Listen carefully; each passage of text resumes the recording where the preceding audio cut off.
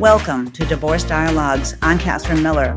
Divorce Dialogues brings expert guests to the airwaves to talk through your divorce questions and fill in the gray areas about separating.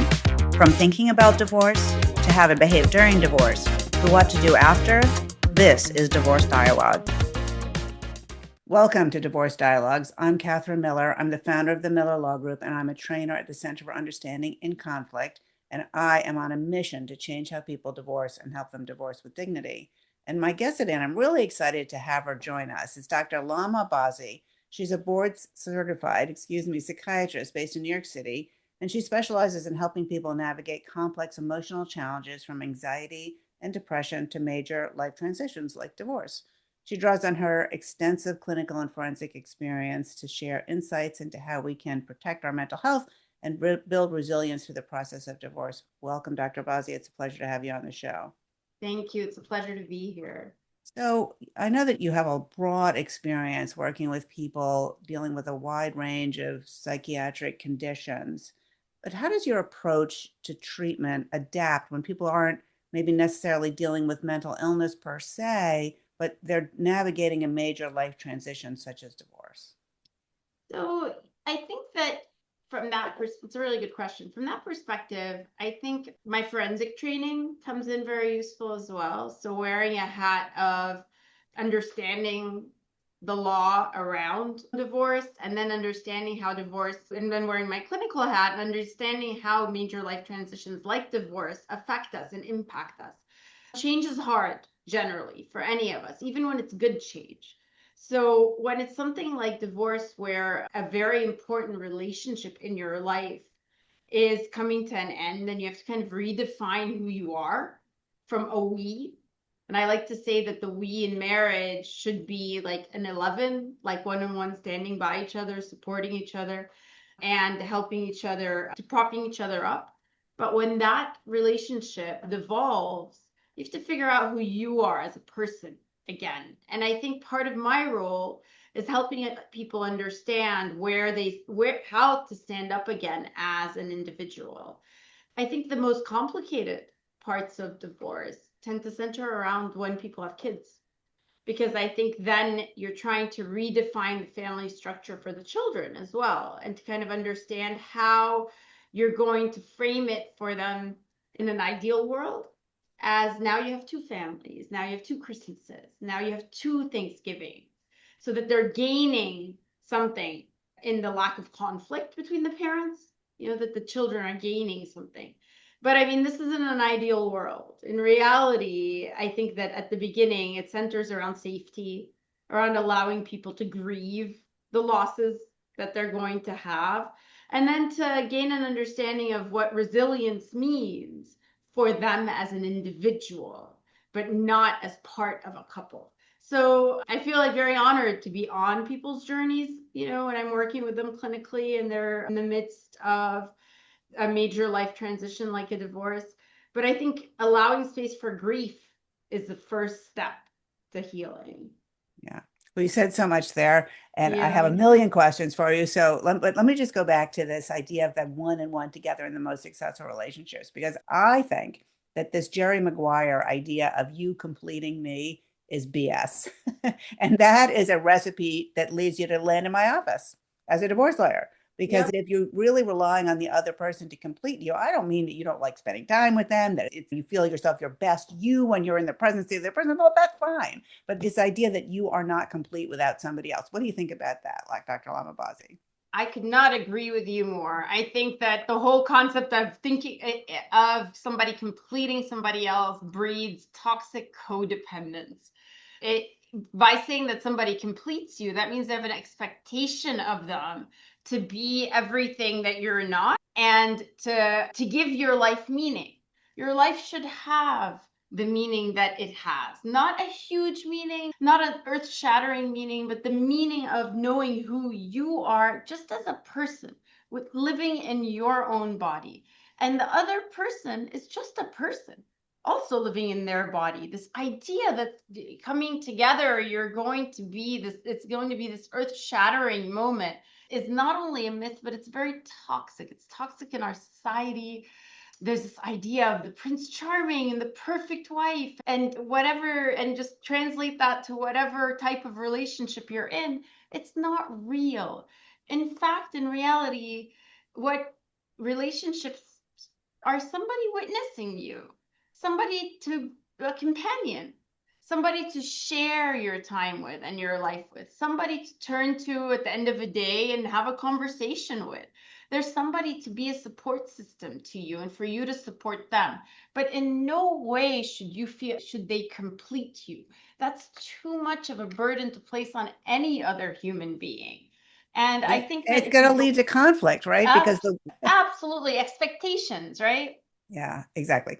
I think that sometimes, oftentimes, when we're dating, this expression that opposites attract, is sure, like you're a person who is very scheduled and spontaneity seems really attractive to you, or the other way around. You're very spontaneous and some kind of order in your life seems like really attractive. And in the beginning, this idea that this other person offers this perspective, but unless you work pretty darn hard on it, in my experience, both personally and professionally, that is just going to be really annoying after a while. Absolutely. Does that make sense, Dr. Bazzi?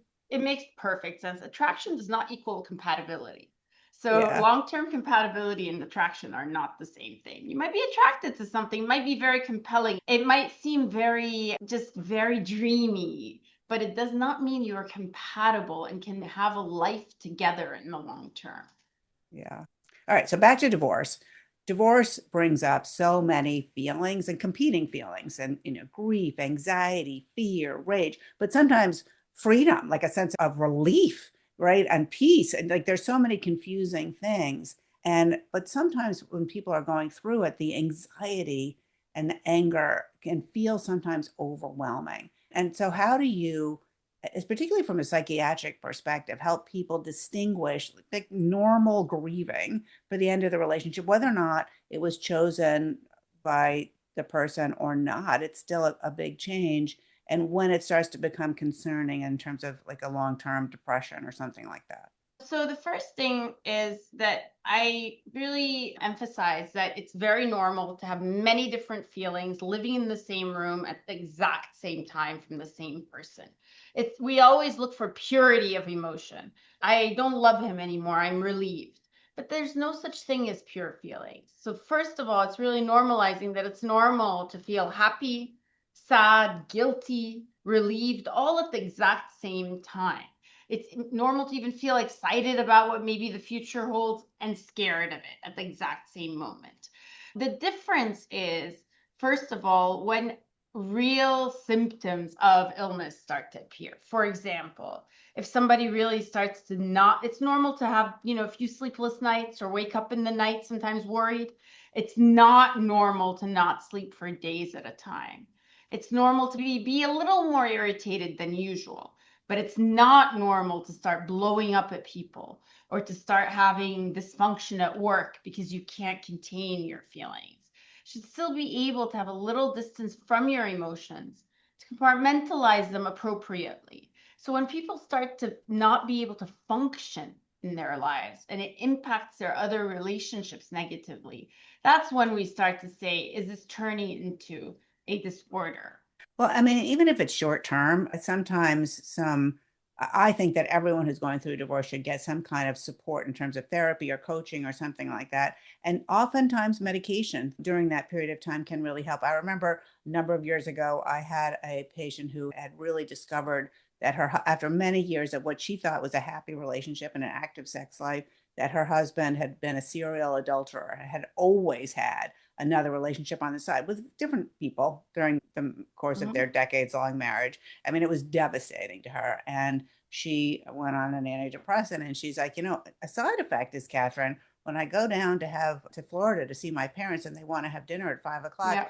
that used to drive me crazy. Now I'm like, that's cool. Yeah. Yeah. Anyway, how do you determine when someone might be a candidate to benefit, not for being on medication for the rest of their lives, but at least to get them through this really challenging time? That's a great question. Absolutely, everybody really should have some form of support during a huge challenge like that. And for example, with your client who discovered that the entire construct of how she viewed her marriage was colored by infidelity the entire time.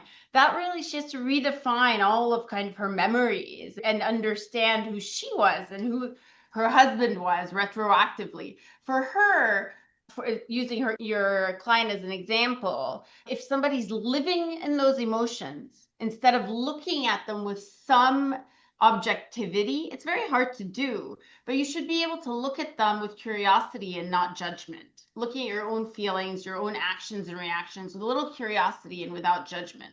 When people are intensely judging themselves, when they're living in their feelings at all times, when their feelings dominate every room that they enter, including this room, because treatment is a reproduction of somebody's life. They come in here, they bring all their feelings in here.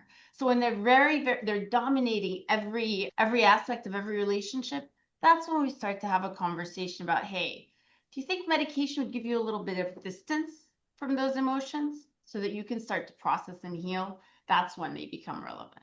Excuse me, I'm Catherine Miller, and you're listening to Divorce Dialogues. Divorce Dialogues is a podcast dedicated to educating people about divorce related topics so that everyone can divorce with dignity. Subscribe to the podcast wherever you listen to podcasts to be sure that you don't miss an episode. And I'm talking today with Dr. Lama Bazzi about psychiatry and divorce and treating the emotional journey during and after the divorce process. And Dr. Bazzi, I know that you emphasize individualized treatment, and individualized treatment that sort of implies a sense of each person's own self and that self-awareness. And I think this is sort of what you're talking about too, in terms of the choice as to whether or not to medicate or not during the divorce process.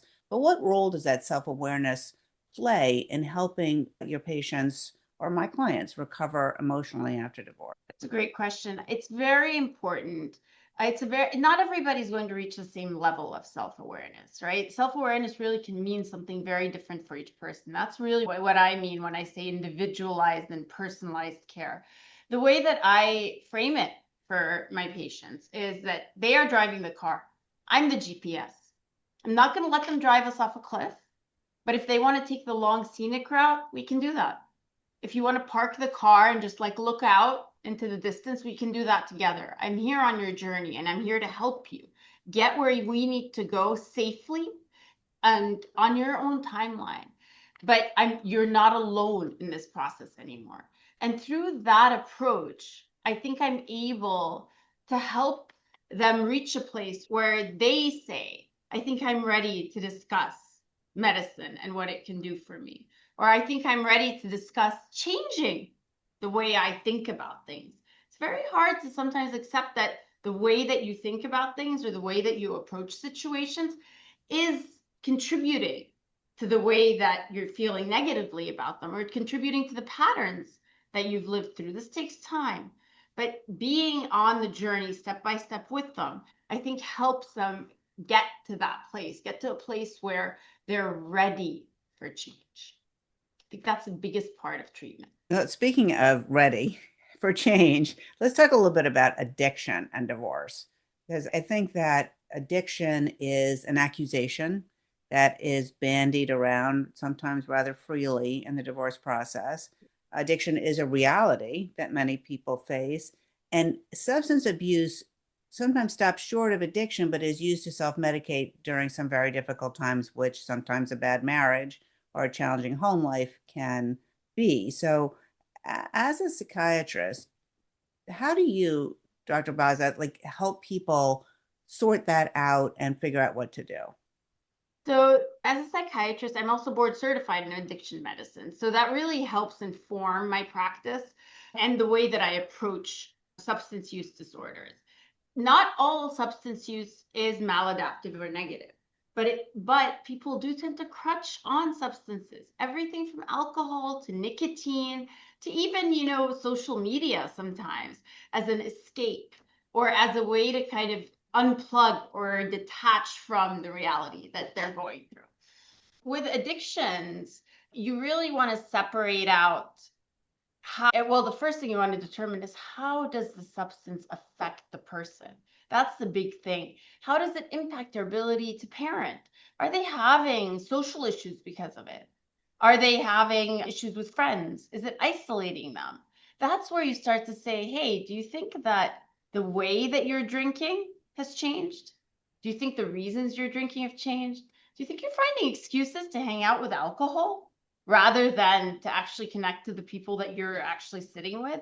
When we start to unpack the way that they are relating to the substance or using the substance, we can understand its negative, if it's having a negative impact on them, and kind of shift and kind of steer them towards either treatment, more intensive treatment, or a lot of people, once they become more aware, can cut down on their use. Something that you just want to comment, I want to comment on, in divorce cases, it does come up a lot because it can be weaponized. And I think in those moments, we forget that addiction is a disease. It truly is. It's something that when somebody's in the throes of, they are truly ill, and it does require treatment in order to heal. So I think that framework is important to have, to understand that it is serious when we accuse someone of having an addiction. We might want to make sure that it's addressed. Yeah. I remember again years ago, I had a couple in mediation, and in the third session, they looked at each other and they said, "Shall we tell her?" And and I was like, "What?" And then they looked at me and they said, "We drink." And it was a real, they had two young kids, I think. It was a really long time ago, so I don't really remember the details very Yeah. much. Other than I really remember that moment. And one of the things that was really interesting is what they decided to do from having told me that, right? Yeah. One of them decided to stop drinking and to do what it took to get clear about being a good parent and not using this. And the other one chose not to do that. And they ultimately did not work it out in mediation because they could not agree on how to handle the drinking. And so I think it can really be a change in how people are using substances that can, first of all, result in the end of a marriage and can also be a challenge in negotiating the terms of the settlement. Absolutely. And the person, I've seen a lot of these kind of cases actually where people used to drink together and Right. the divorce comes around and one of them decides to kind of just get clarity and stop for a while. And once they have the clarity, this happens a lot in treatment too. People tend to say, well, maybe I'll just not drink for a little bit longer, a little bit longer. And you have the other party who continues to drink and may use it maladaptively. And you can kind of see the difference in the way that one may crutch on alcohol, protect the addiction, protect their relationship with alcohol over their relationship with the children, and over ending the marriage in a peaceful way. Yeah. I mean, and substitute any other substance or pornography or video Yes. games or whatever it is. Like addiction doesn't have to be alcohol. I mean, obviously, you know Yeah. that, but I'm saying that for our listeners. No, absolutely. Addiction can be everything from, like you said, social media. Pornography is actually a really big one. I'm seeing a lot of these days. It can be, sometimes it can be something like working compulsively, even that can be used maladaptively. And we want to be aware of it if it's something that's being used to escape the reality that the person has to actually face eventually. Yeah. You know, a lot of adults these days are being diagnosed later in life with ADHD, bipolar, and other kinds of chronic psychological conditions. What do you think are some of the special challenges for people facing that, you know, obviously in marriage, in divorce, and also are there some opportunities for some kind of stability that they could find with a late diagnosis like that? Absolutely. I see a lot of people with, for example, attention deficit disorder diagnosed as an adult. Ultimately, when you kind of dig in, they had symptoms as a child, but they had what we call scaffolding. So they had a lot of like structure in their life. Sure. And as they grow older and face maybe a big life transition like a divorce, the executive functioning issues with attention deficit disorder are en masse. What that means is the ability to recognize that a plan is needed, create that plan, and then execute on that plan appropriately to reach the goals you want to reach. And so imagine it, translating that to something as big as navigating a divorce. That may be that moment where with their coping tools all fall apart and they can't do it anymore. It is an opportunity. It's an opportunity to seek treatment. It's an opportunity to get help, and you can be helped. There are many ways. Medication is one of them, but also ADHD coaching, as you know, I do in here all the time, to kind of build better coping tools and better scaffolding that actually is relevant to the situations that they're going through, very like tailor made to their case, so that they can better navigate the challenges that they're facing and better be able to and have better outcomes in all areas of their life. People with ADHD have higher rates of divorce. People with bipolar disorder do too. So same kind of translate the same kind of issues in bipolar. They may have been doing okay when things were stable, but as you know, the biggest relationship maybe in their life is falling apart, that may be the time that if they don't sleep, they could have an episode. If they start to feel a little bit depressed, they could spiral down into a deep depressive episode. But again, this is an opportunity to seek treatment, get help. At a time when you maybe people may feel and they come in here saying nobody can help me, that is the time that actually can be helped. You just have to seek it out and trust the process. Yeah, I think that's really good advice. You're listening to the Divorce Dialogues podcast, and I'm Catherine Miller. Divorce Dialogues has been educating people about divorce and relationship issues for over 10 years. Please subscribe to the podcast and don't forget to check out our previous episodes on the podcast website, divorcedialogues.com. And I'm talking today with Dr. Lama Bazzi about the intersection of psychiatry and divorce. And Dr. Bazzi, if people want to learn more about you or get in touch, how can they do that? Absolutely. They can either go to my website, drbazzi.psychiatry.com. That's DRBAZZI psychiatry.com. Or they could shoot me an email at lama@drbazzi.psychiatry.com. And I would be happy to get in touch and have a conversation about their needs and see if we're a good fit to move forward. Yeah, that's great. And Dr. Bazzi's contact information will be in the show notes with the podcast episode. You also have a background in forensic psychiatry. And I think that gives you a unique view of the intersection between mental health and the legal system, which is not necessarily a smooth fit, Yeah. right? And so, how do you see these mental health considerations playing into family law and custody cases, maybe in particular? Absolutely. There's definitely a huge intersection. You know, forensic psychiatry, for those who don't know, is the application of psychiatric expertise to legal matters. And it really is relevant in matrimonial cases. People can come in with mental health issues that can be highlighted in matrimonial cases. And sometimes, you know, those are under control and they're in treatment. And so sometimes they're villainized. And the opposite can be true. Somebody may truly need treatment, and maybe the entire family's been structured around protecting that person or making sure that person does not get upset so that their issues don't get exacerbated. But now that we're at a stage where the marriage is ending, that's inevitable, and so you see it play out. Often in matrimonial cases, the mental illness of the parents can sometimes impact the children, their ability to parent them, but also the children's mental health. And keeping the children's best interest at the forefront of, you know, my mind when I'm working in matrimonial cases is really tantamount to ensuring that everybody's well-being is attended to.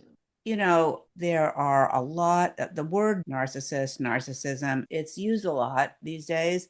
And, you know, of course, we're all somewhat narcissistic, right? That I mean that in the sort of like armchair version of the word, not in the clinical version of the word.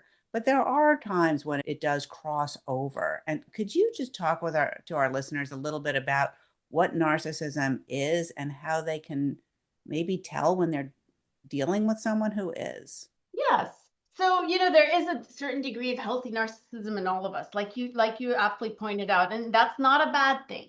That means that you have a sense of self and that you know a sense of self-preservation.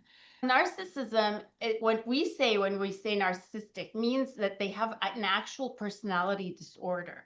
It means that they have a maladaptive way of seeing the world that impacts their relationships.